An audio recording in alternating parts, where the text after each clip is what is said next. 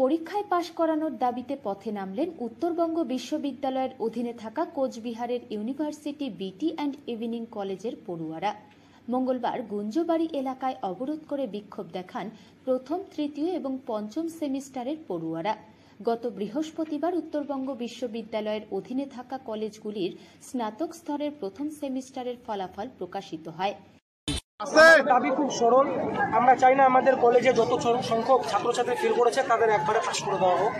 আমরা চাই আমাদের খাতাটা আমরা এসেছি সেই খাতাটা সঠিকভাবে দেখা হোক, তার সঠিকভাবে আমরা যে যতটুকু লিখেছি ততটুকু প্রাপ্য নাম্বার দেওয়া হোক। আমাদের কলেজে মাত্র 56 জন পাস করেছে, বাদ বাকি সবাই ফেল কোনো না কোনো সাবজেক্টে।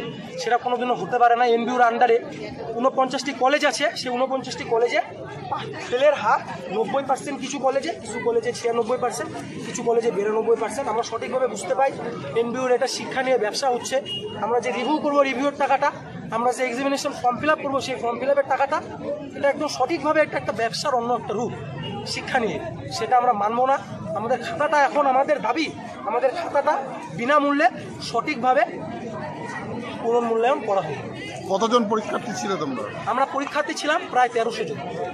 পাস করেছে কত? পাস করেছেন 56। বাকিরা সবাই ফেল কোনো না কোনো সাবজেক্টে।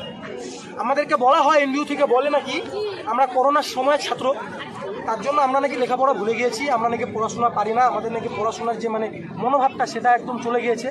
আমাদের কথা যে আমাদের ফার্স্ট সেমিস্টারের যে ছাত্রছাত্রীরা আছে তারা বিগত বছর এইচএস পাস করে আসলো, তারা 80% কেউ নাম্বার পেয়েছে, 82%, 86%। তাদের খাতাও একইভাবে সমান রূপে দুটো সাবজেক্টে ব্যাক, একটা সাবজেক্টে ব্যাক, এমনকি বাংলা সাবজেক্টে 0 দেওয়া হয়েছে।